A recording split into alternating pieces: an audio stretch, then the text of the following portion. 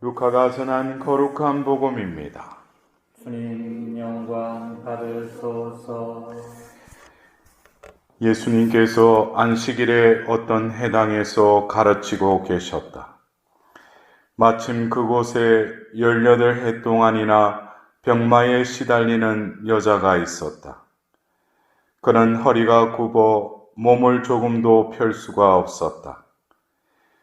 예수님께서는 그 여자를 보시고 가까이 부르시어 여인아, 너는 병에서 풀려났다 하시고 그 여자에게 손을 얹으셨다.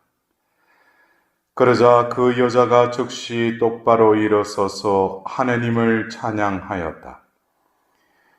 그런데 회당장은 예수님께서 안식일에 병을 고쳐주셨으므로 분개하여 군중에게 말하였다.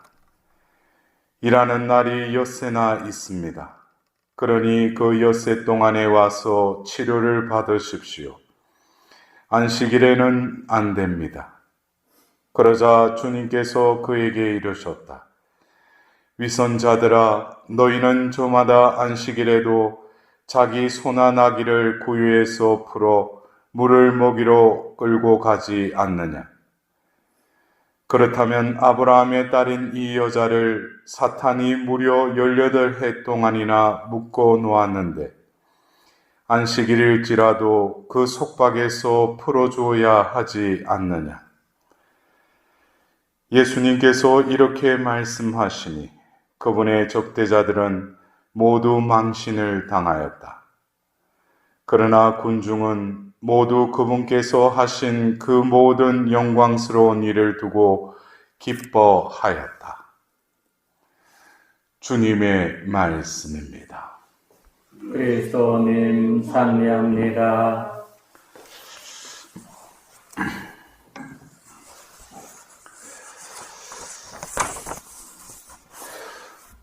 오늘 우리가 하답송으로 후렴 때 이렇게 우리가 읊었습니다. 사랑받는 자녀답게 하느님을 본받는 사람이 되어라. 오늘 우리는 일독서의 에베소서 4장의 말씀을 이렇게 들으면서 사랑받는 자녀답게 살아라고 또 바오로 사도는 말씀하십니다. 근데 우리가 이 바오로 서간을 읽을 때 전반부에는 그 하느님을 믿지 않았던 이들, 또 어떤 이들은 유대교에 속해 있던 자들이 이제 예수님을 주님으로 고백하면서 세례를 받고 또 그들에게 성령이 임하심으로써 그들은 이제 과거에 하나님의 진노를 살 수밖에 없는 그런 사람으로 살았지만 이제는 하느님 안에서 자유로운 사람이 되었다는 거예요. 그래서 오늘 바오로 사도께서 그 에베소서 4장 8절에 여러분은 한때 어둠이었지만 지금은 주님 안에 있는 빛입니다. 빛의 자녀답게 살아가십시오. 사랑받는 자녀답게 살아간다는 것은 또 빛의 자녀답게 살아가는 것입니다. 여기서 중요한 것은 뭡니까? 어쩌면 내가 이 세상 속에서 살아가면서 교육을 받고 여러 어떤 나의 스펙을 쌓아나가죠. 그리고 사회에 이제 진출을 해서 어떤 그 경쟁 사회 안에서 나의 자리를 또 구축하려고 합니다. 거기서 보면은 모든 것을 노력하고 움직이는 주체가 나로 살아갔죠. 그러나 여기서 하답송의 그 후렴 말씀, 사랑받는 자녀답게 살아라. 또 오늘 바오로 사도의 말씀처럼 빛의 자녀답게 살아라. 이것은 전제적인 것이 내가 노력해서 그 자녀답게 살아가는 주체가 아니라 그런 존재로 살아가도록 하나님이 나에게 미리 은총을 부어주셨다는 거예요. 내가 사랑받는 자녀라는 것, 내가 빛의 자녀라는 것은 내가 깨달았는데 이 깨달음을 통해서 결국 이 빛의 자녀 또 사랑받는 자녀로 자기 인식이 될 때는 먼저 선제적으로 뭡니까? 은총이 나에게 임하신다는 거예요. 은총이 없이 그냥 이것을 읽으면 뭐겠어요? 내가 무슨 빛의 자녀인가? 내가 무슨 사랑받는 자녀인가? 그러나 은총이 내 존재에 닿으면 또 내 영을 통해서 하나님의 그 사랑, 빛 자체이신 그분을 내가 체험을 하면은 그분과 비춰주시는 분, 사랑을 베풀어 주시는 분과 사랑을 받는 자로서 또 빛을 스며들면서 빛을 받는 자로서의 그 관계성 속에서 나라는 존재는 바로 그 베풀어 주시고 비춰 주시는 그분으로부터 창조되었음을 깨닫게 되는 것이죠. 그래서 이것은 어떤 면에서 빛의 자녀답게 살아가십시오. 또 사랑받는 자녀답게 살아가십시오 할 때 내가 딱 보고 이게 빛의 자녀답게 살아야지. 사랑받는 자녀답게 살아야지. 그것을 자칫 그러한 의도로 살아가면은 오늘 복음에 예수님께서 안식일에 18해 동안 병마에 시달려서 몸이 굽어서 제대로 펴지 못하는 그 한 여자를 치유하시는 장면이 나와요. 근데 거기서 회당장의 그 말을 들어보면은 예수님이 안식일에 병을 고쳐주셨으므로 붕괴하여 군중에게 말하였다 그랬어요. 이 붕괴한다는 그 상태는 어떻습니까? 아주 화가 난 상태라는 거예요. 그 화 속에는 뭡니까? 어떤 정오심도 있고 미움도 들어가 있는 거예요. 붕괴하였다라는 이 표현에 의하면. 그러면서 그는 이런 말을 합니다. 일하는 날이 엿새나 있습니다. 그러니 그 엿새 동안에 와서 치료를 받으십시오. 안식일에는 안 됩니다. 이것은 어떻게 보면은 그 회당장에 있어서는 자신의 삶의 지침이었고 그것을 지킴으로써 하나님과 올바른 관계를 맺는다고 스스로 자위하면서 스스로 하나님 앞에 나아갔던 이에요. 그에게 있어서 예수님이 하는 행동, 또 안식일에 해서는 안 되는 것을 그의 눈에는 뭐예요? 어겼다는 것이죠. 여기서 어쩌면 우리는 이 해당장의 모습과 그의 말 속에 그가 하나님 안에서 나름대로 하나님 자녀답게 살아가는 삶이 그는 어떤 삶을 그러한 삶으로 인식하고 있는가?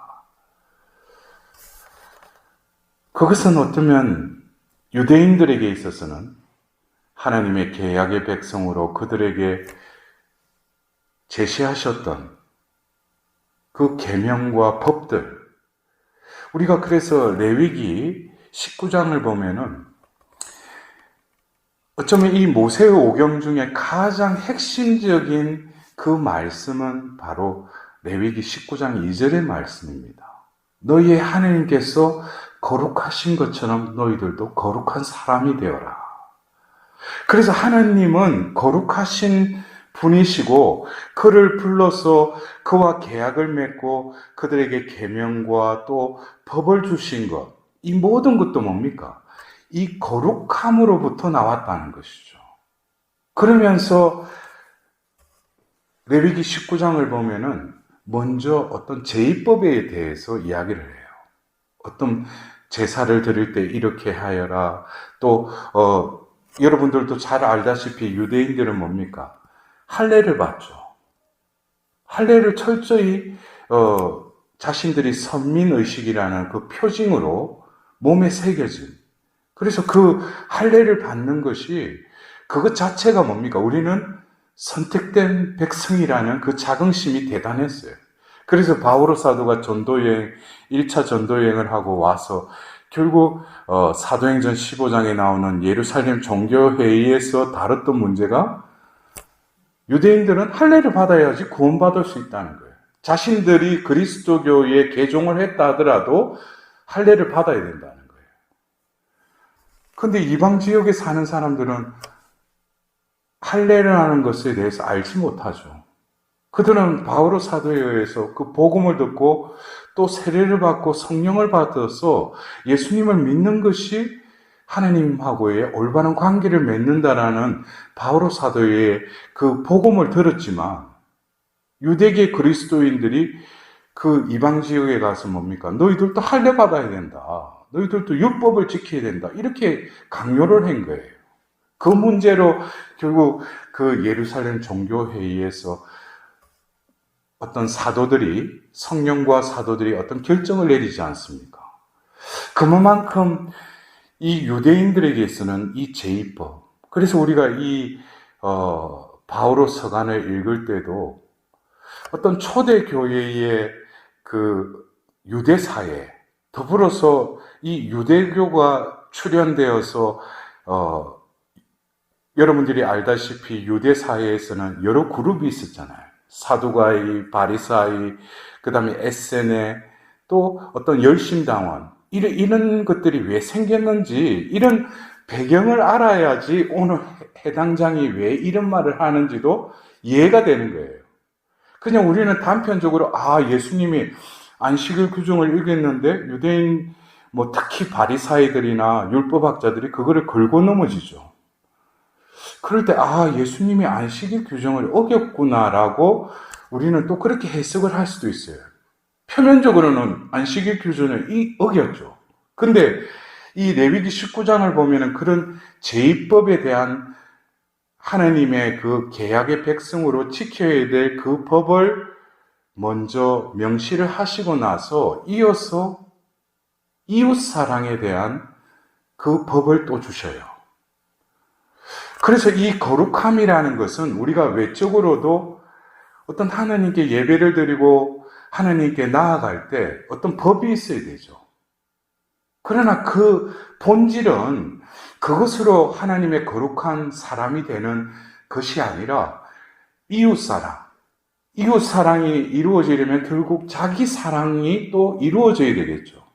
하나님으로부터 사랑받는 그 자녀라는 것을 먼저 내가 깨닫고 나에게 부어주신 그 사랑을 이웃에게도 부어줘야 되겠다, 베풀어야 되겠다. 이런 어떤 내외적인 이런 것이 조화를 이룰 때 어쩌면 하나님이 원하시는 거룩한 사람으로 변화된 삶을 살아갈 수 있는 것입니다. 근데 이 회당장의 이 말을 우리가 이렇게 유추해 볼 때 그는 주어진 그 법을 지키면은 하나님과의 올바른 관계를 맺는 그것으로만 생각을 한 거예요.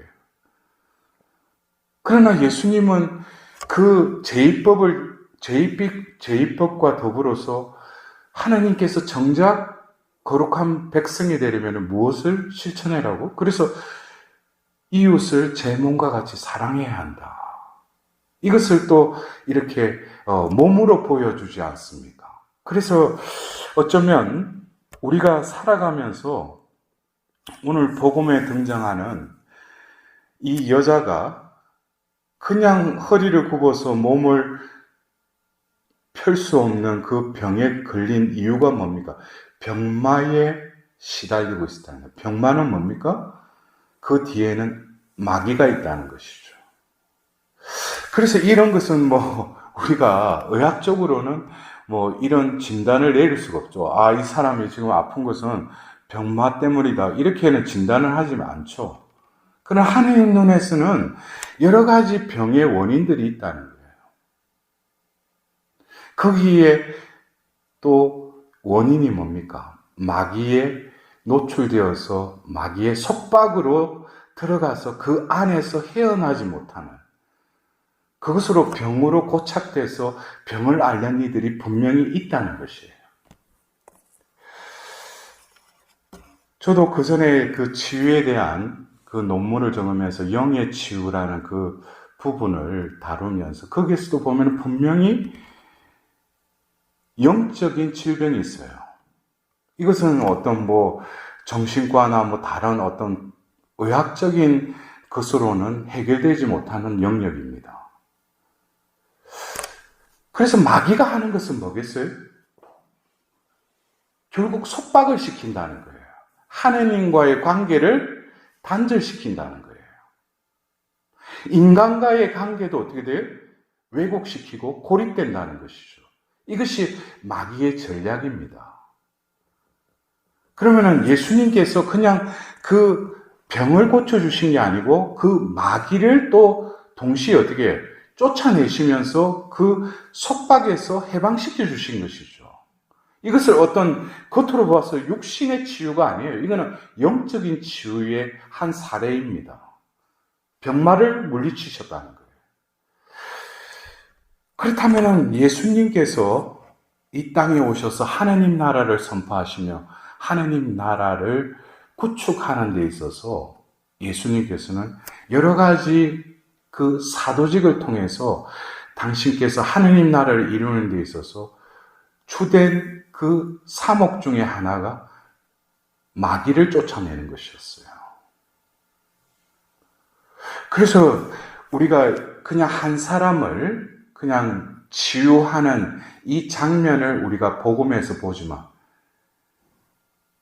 예수님께서는 그 안식일에 그 회당에서 그 병마에 시달리는 그 여자를 치유하면서 그곳에서 무엇을 이루셨어요? 하느님 나라를 이루셨다는 거예요. 하느님 나라는 뭡니까? 하느님의 뜻이 이루어지는 것이죠. 하느님의 뜻은 뭡니까? 당신이 창조한 그 피조물들이 하느님의 뜻대로 하느님의 평화 속에 이제는 그 때가 되어서 성령 안에서 정의와 평화와 기쁨을 누리는 그것이 하느님 나라지 않습니까?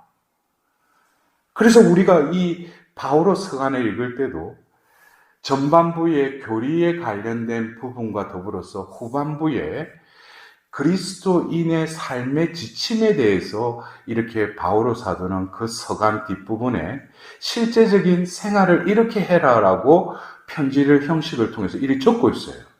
근데 이것을 어떤 도덕적인, 윤리적인 관점에서 나도 이렇게 해야지 한다면은 하느님이 원하시는 그 전체의 의미를 깨닫지 못합니다. 이를테면은 오늘 그래요.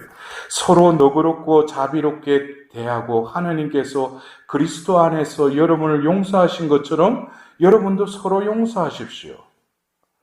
이 말씀만 하더라도 이것은 어쩌면 뭡니까? 믿음이 없는 사람들도 이렇게 살아가야죠. 이 사회 안에서.